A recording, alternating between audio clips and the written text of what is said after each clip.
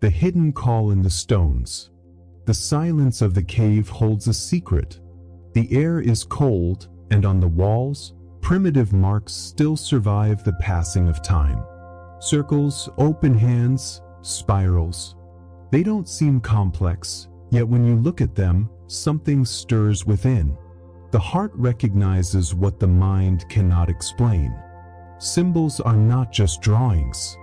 They are codes, hidden keys that slip past the conscious mind and touch the soul directly.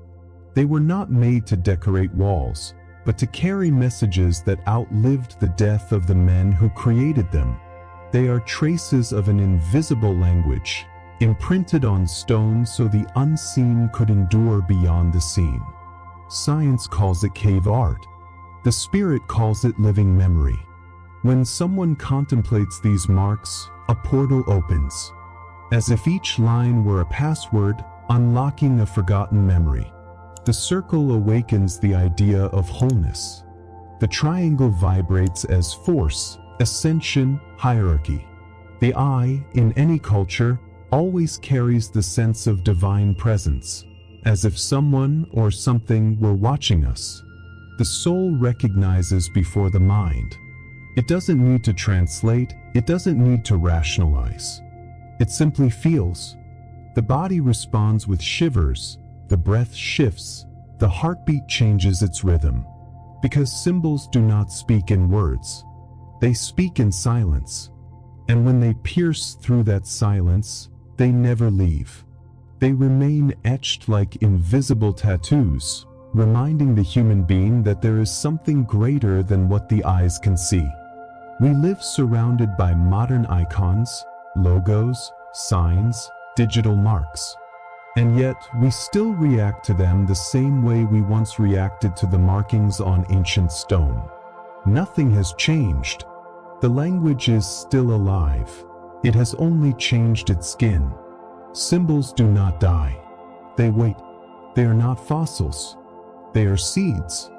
And every time someone gazes upon them, they sprout again, activating memories that do not belong to one life, but to many. And perhaps that is why entering ancient places feels so strange. It is not just imagination. It is the call of the symbols, alive, pulsing, awaiting someone who still knows how to listen. But what if every ancient symbol is still active, waiting to be read? The alphabet of the unseen. There is a language that does not need a voice. A tongue not born in any single people, but in all at once. It reveals itself in the lines that cross cultures, in the shapes that reappear in temples, caves, and distant scrolls. It is the alphabet of the unseen. The Eye of Horus, drawn in Egypt, and the Yin Yang, carved in China. The golden sun of the Maya and the entwined serpents of the Druids. None of these peoples ever met, yet all drew the same essence. As if there were a secret library that every soul, upon incarnating, visits in silence. The rational mind calls it coincidence, superstition. But the subconscious does not argue. It responds. For symbols are like musical notes. They do not need explanation to touch emotion. One chord awakens longing. Another evokes courage. In the same way, a circle soothes, a serpent provokes, a spiral mesmerizes. Three universal symbols still echo with force.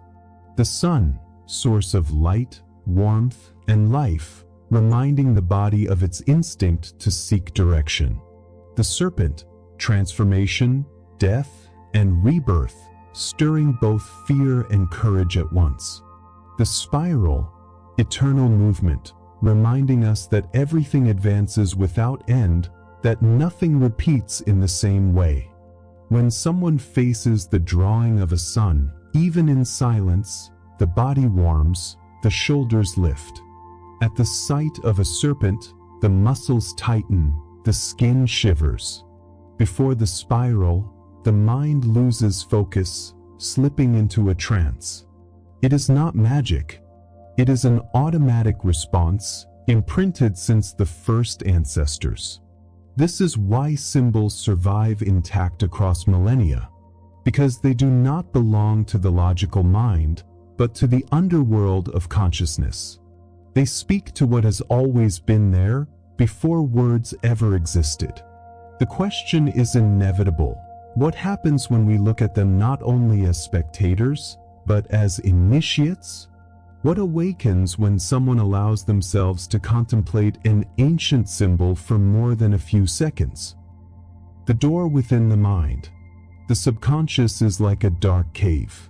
Most walk through life without ever lighting a torch inside it. But if someone dares to enter, they discover the walls are covered with invisible inscriptions, carved by hands we do not remember, perhaps even our own in other lives. Symbols do not enter through the door of reason. They pass through without asking permission. The logical mind may doubt, laugh, or reject. But the unconscious has no filters.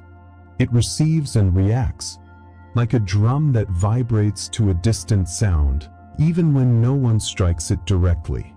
Think of the cross.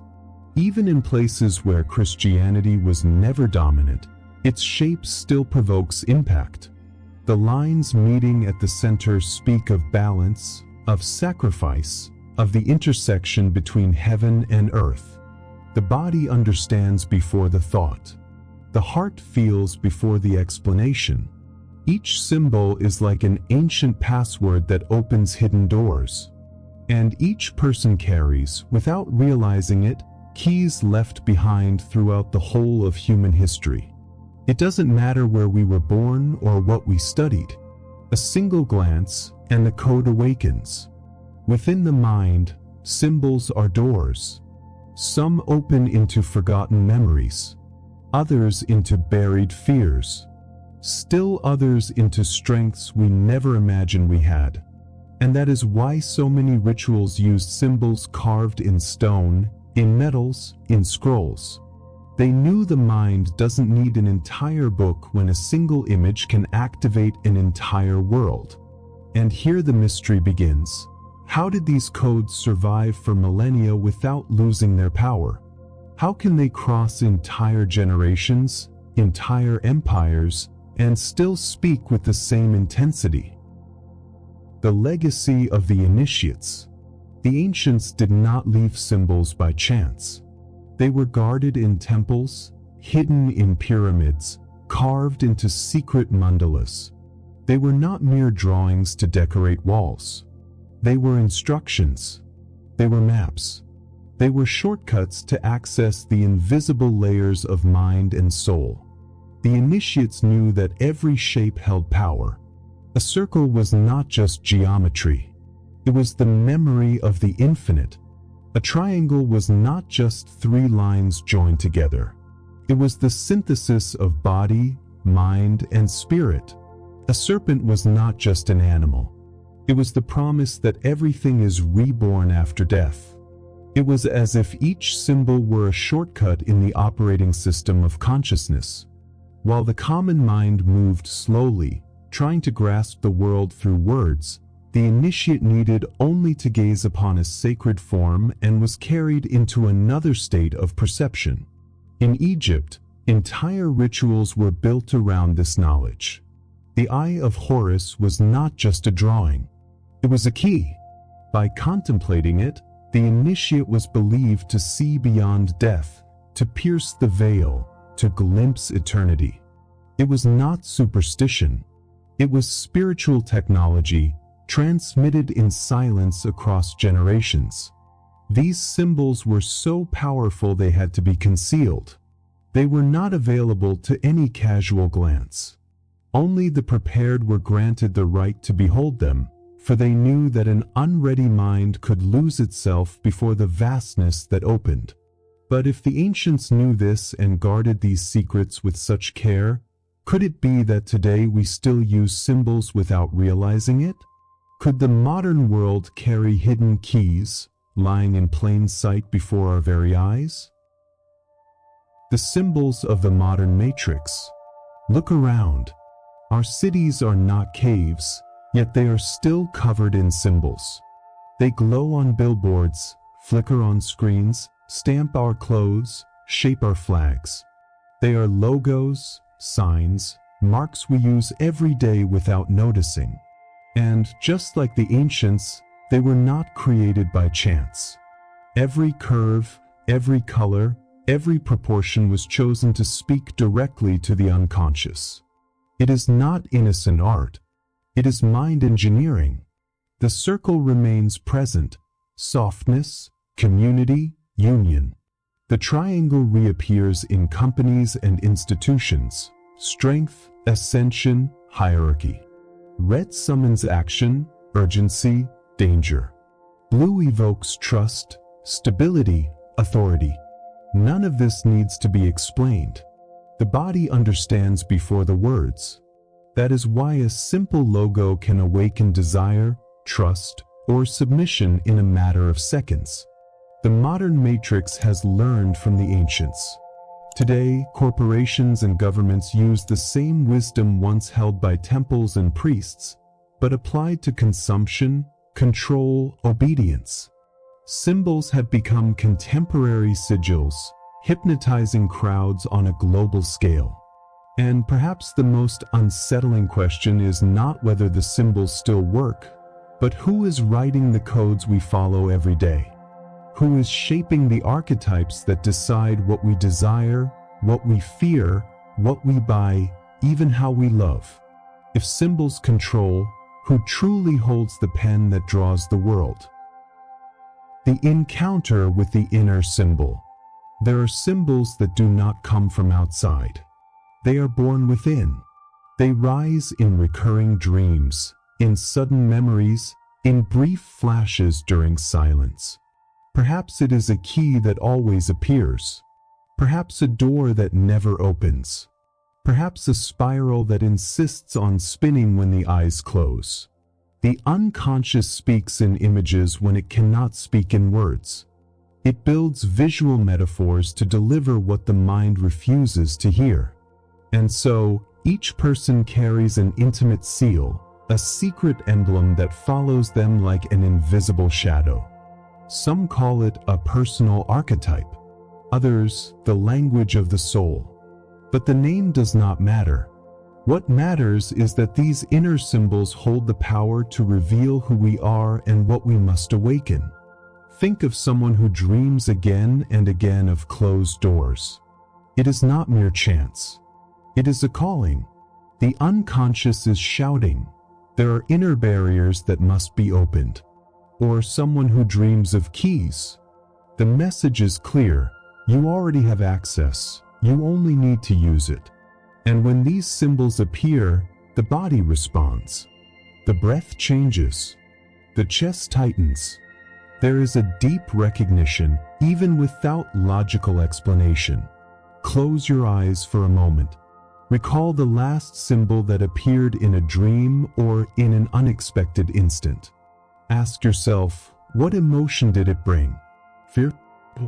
Strength? That is the message. That is the map. But how can we know if such a symbol is only fleeting imagination, or if it is, in truth, a profound calling from the soul itself?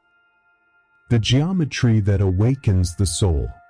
There are shapes that belong to no single culture. They are etched into the very structure of the universe. The circle, perfect and without beginning or end.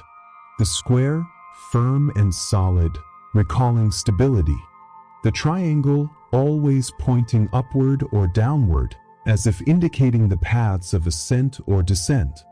And the flower of life, composed of infinite intersections, revealing a pattern that repeats in atoms, in plants, in galaxies. It is sacred geometry, a language as old as creation itself. It does not matter where we live or in which era. The unconscious recognizes these forms as familiar because they are in everything, from the design of a shell to the spiral of the Milky Way, from the DNA in our cells to the outline of pyramids in the desert. The mind may not understand, but the soul remembers. When someone contemplates the flower of life, there is an immediate sense of order, as if something unseen were aligning their thoughts. When they gaze at the circle, the breath slows, bringing back the memory of returning to the whole. When they face the triangle, the body reacts as if receiving instructions: rise, evolve, transform. These patterns were not invented. They were discovered. They have always been here, like marks imprinted on the fabric of reality, waiting for the attentive gaze that recognizes them. And then the question arises: if the unconscious recognizes this hidden order in simple forms, could we also use them consciously to transform our own reality? The rite of contemplation. The ancient masters did not only draw symbols. They contemplated them. They sat before mandalas, yantras, or inscriptions in stone, remaining still, eyes fixed, breath slow. They did not ask, they did not pray, they did not speak. They simply looked. This simple practice, gazing in silence, was a portal. For the longer one lingers on a form, the more the symbol begins to move within the mind. The lines cease to be mere strokes. They become rivers, doors, mirrors. The unconscious begins to respond, sending images, memories, visions. No faith is required. No belief in anything. Only presence. The symbol is like a key. It does not matter whether you believe in the lock. It opens just the same. Try it for a moment. Close your eyes and imagine a spiral before you. See it turning slowly. Now take 3 deep breaths and notice what happens. The body relaxes. The mind slows down. It is almost impossible not to feel that something has been activated. This was the secret of the silent rituals, using the power of forms to access altered states of consciousness. The Indian monks did it with yantras, the Egyptians with hieroglyphs, the Tibetans with mandalas. All knew that symbols are visual portals. But if a single person can open their mind just by contemplating a spiral, what would happen if millions contemplated the same symbol at the same time? The hidden power of collectives. When many eyes fix on the same symbol, something greater awakens. It is not just the sum of individuals. It is a field, a collective vibration that grows, expands, and shapes entire realities. It was so with flags raised in battle. The fabric itself had no power, but when thousands gazed at it with devotion, fear, or fervor, that symbol became a living entity capable of moving multitudes to sacrifice. It was so with the cross, carved in stone, painted in stained glass, lifted on altars. The simple meeting of 2 lines transformed empires, sustained centuries of faith, of wars, of miracles. Because when many gather around the same image, the collective unconscious is activated. Shared symbols do not only represent ideas, they invoke forces. They become invisible beacons guiding entire societies. Revolutions were born this way. Religions were born this way. Nations were born this way. And yet, this same power that awakens crowds can be used in silence. What would happen if, instead of receiving symbols imposed from the outside, someone consciously chose the signs they wish to engrave within? If symbols shape the masses, how can we reprogram our own mind by choosing, with full awareness, the images that guide us? The symbol as mirror of the soul. In the end, every external symbol is only a reflection. The circle, the triangle, the spiral, the eye, all speak of something that already exists within us. The secret is not to fear them or idolize them. It is to recognize them as mirrors. Each time you gaze at a symbol and feel something stir, it is not the symbol that holds the power. It is you. The symbol only awakens what was already dormant. That is why different people react in different ways to the same image. Because each soul sees in the symbol what it needs to see. Some perceive fear, others hope, some feel weight, others freedom. The truth is simple and at the same time profound. We are the creators of the symbols.